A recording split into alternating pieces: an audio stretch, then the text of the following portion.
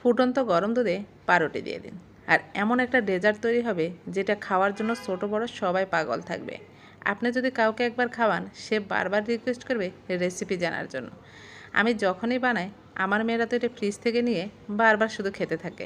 Hello everyone, আসসালামু আলাইকুম। প্রথমে আমি এখানে হাফ কেজি লিকুইড দুধ দিয়েছি।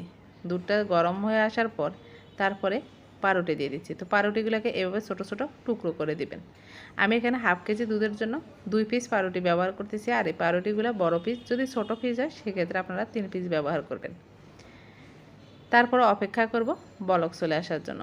বলক আসার পর জাস্ট 1 মিনিট পরিমাণ রাখবো। 1 মিনিট পরিমাণ এভাবে নেড়ে চেড়ে দিয়ে তারপরে আমি চুলা থেকে নামিয়ে নেব। এ পর্যায়ে সবাই কমেন্ট করতে থাকেন কে কোথা থেকে আমার ভিডিওটি দেখছেন, যাতে করে পরবর্তীতে আপনাদেরকে ধন্যবাদ জানাতে পারি। তো 1 মিনিট জাল দেওয়া হয়ে গেছে। এবার চুলা থেকে এটাকে নামিয়ে ঠান্ডা করে নেব। ভালো করে ঠান্ডা করার পর এরপর এর মধ্যে 3টে ডিম ভেঙে দিচ্ছি। চাইলে এখানে 4টা ডিমও ব্যবহার করতে পারবেন, তবে 3টে ডিম দিলেও হয়ে যায়। 2 টেবিল চামচের একটু বেশি, 3 টেবিল চামচের মতো প্রায় চিনি দিয়ে দিলাম। মিষ্টিটা আপনাদের উপরই ইচ্ছা, আপনারা যেরকম ইচ্ছে সেরকম দিতে পারেন। এবার এটাকে সুন্দর করে মিশিয়ে নেব। এমনভাবে মিশাবেন পুরো পাউরুটিটা যাতে গলে না যায়, একটু আস্তে আস্তে টাইপের থাকে। ডিমটা যাতে ভালো করে মিশে যায়। একটু ভ্যানিলা এসেন্স দিয়ে দিয়েছি যাতে ডিমের গন্ধটা চলে যায়। তো এই যে আমার এটা মেশানো হয়ে গেছে। একটু আস্তে আস্তে রেখেছি, ডিমটা একেবারে সুন্দর করে ফেটিয়ে নিয়েছি। আপনাদেরকে দেখিয়ে দিচ্ছি কেমন আস্তে আস্তে রেখেছি। এই যে দেখেন, একেবারে কিন্তু মিশে যায় না।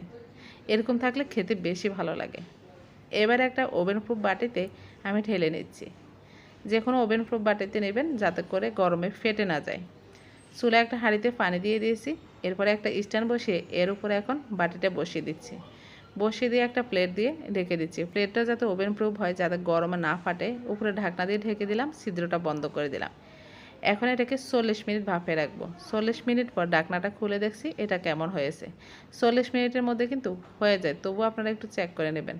এই যে এটা হয়ে গেছে, উপরে একটু দেখা যায় পানি পানি, এটা ঘাম পড়ছে সুন্দরভাবে, কিন্তু একেবারে এই শক্ত হয়ে গেছে। তবু আপনার একটা কাঁটা দিয়ে চেক করে দেখবেন। প্লেট থেকে একটু পানি পড়ছিল, ঘাম। তারপরে একটু ঠান্ডা করে নিয়েছি। ঠান্ডা করে নেওয়ার পর এখন এখানে কিছুটা কাঠবাদাম আর কিছুটা পেস্তা বাদাম আমি সুন্দর করে কুচি করে নিয়েছি। এবার এটাকে সুন্দর করে উপরে দিয়ে দিচ্ছি। আর বাদামটা দিলে কিন্তু খেতে অনেক বেশি ভালো লাগে। যখন খাবেন তখন মুখে নিচে যখন বাদামটা পড়বে অসাধারণ লাগবে।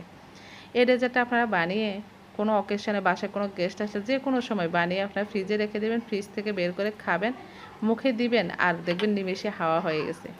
এত মজার হয় এটা খেতে। আমার বাচ্চারা খুব পছন্দ করে। আর এটা বাচ্চাদের জন্য বা বড়দের জন্য সবার জন্য খুবই হেলদি একটা রেসিপি।